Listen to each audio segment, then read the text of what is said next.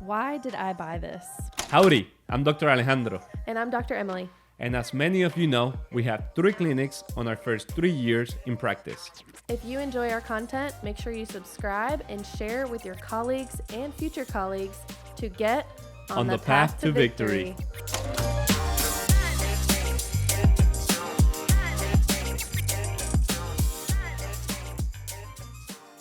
How to overcome buyer's remorse is what we're going to be talking about today. If you've thought that, why did I buy this? If you woke up the next day and asked yourself that, there's a chance that your clients have probably thought it as well, or your patients. So let's talk about how to overcome that buyer's remorse for your patients. I'm going to start with a story. Recently, a couple weeks ago, we had a patient. She signed up. She was all gung-ho. We did some decompression on her. We gave her an adjustment, and she was super excited for it.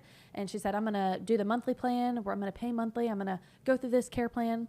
And she comes back the next day, and she pulls me into the office, and she starts crying. And she says, I have no idea why I did that. I've got all these financial stuff.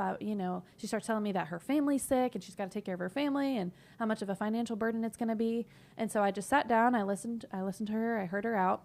And I just asked her one question. I said, you were so gung-ho on this. You were so bought into it yesterday. What changed between yesterday and today?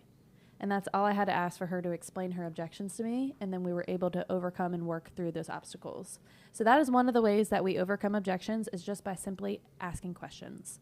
What's another thing that we do for our patients whenever they might be feeling a little bit of buyer's remorse? Yeah, as soon as they sign up, that same night or the next day, the staff is sending a letter on basically how much money are they saving. Because if they don't do this, most of the time they need to get surgery.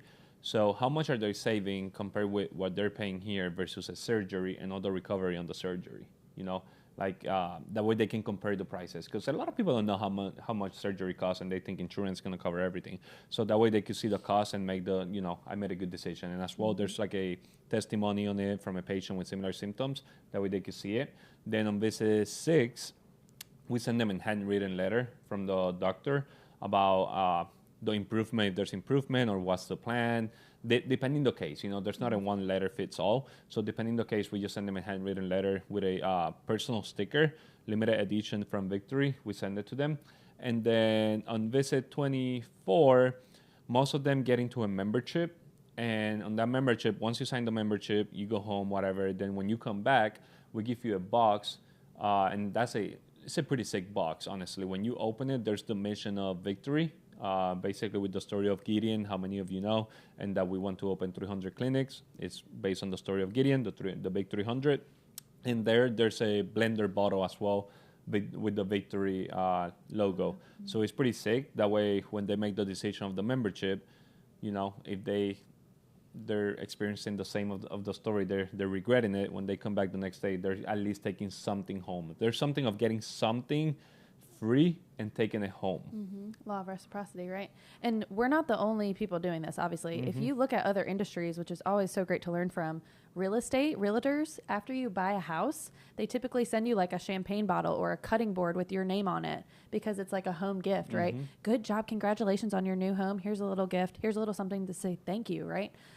Cars, if you buy a car, they typically send you here's your free oil changes that you can come back to Toyota and get your free oil changes. So we're not the only people doing this, but we have to take examples and good lessons from other industries and apply them to chiropractic, because there's so many good things that we could use. And there's a big study behind it as well. I told you guys visit 6, we sent a handwritten letter. Why visit 6? We did a study basically since we opened until now, and the few people that were falling down, that they disappeared, basically, was between visit 5 and 6. Mm-hmm. So we decided on visit 6, send that letter. Right.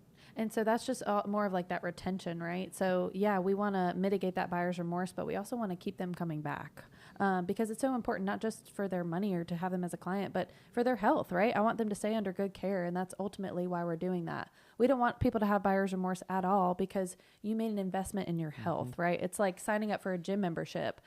You're not going to regret that, because you can go and stay healthy. And that's how we want people to see chiropractors and chiropractic is I'm investing in myself. I'm making a good health conscious decision to eventually avoid surgery, avoid injections, avoid medication or long-term use of that. And so that's what we want ultimately, to avoid that buyer's remorse. So the question for you will be for 2025, what can you do in order to avoid that and keep more the retention. Because it's not about getting new patients when it comes to chiropractic. That's why a lot of chiropractors are failing. That's what we were talking a couple minutes ago here. A lot of chiropractors are failing because they think we depend on new patients, and that's basically like a cycle. You know, it's not sustainable. But if you focus more on the retention, you could get less new patients, have all the retention, you're gonna do way better. So focus on the retention. That would be my recommendation. What can you do in order to have a better retention this 2025? If you have any question, you can message us and join the Facebook group Path to Victory.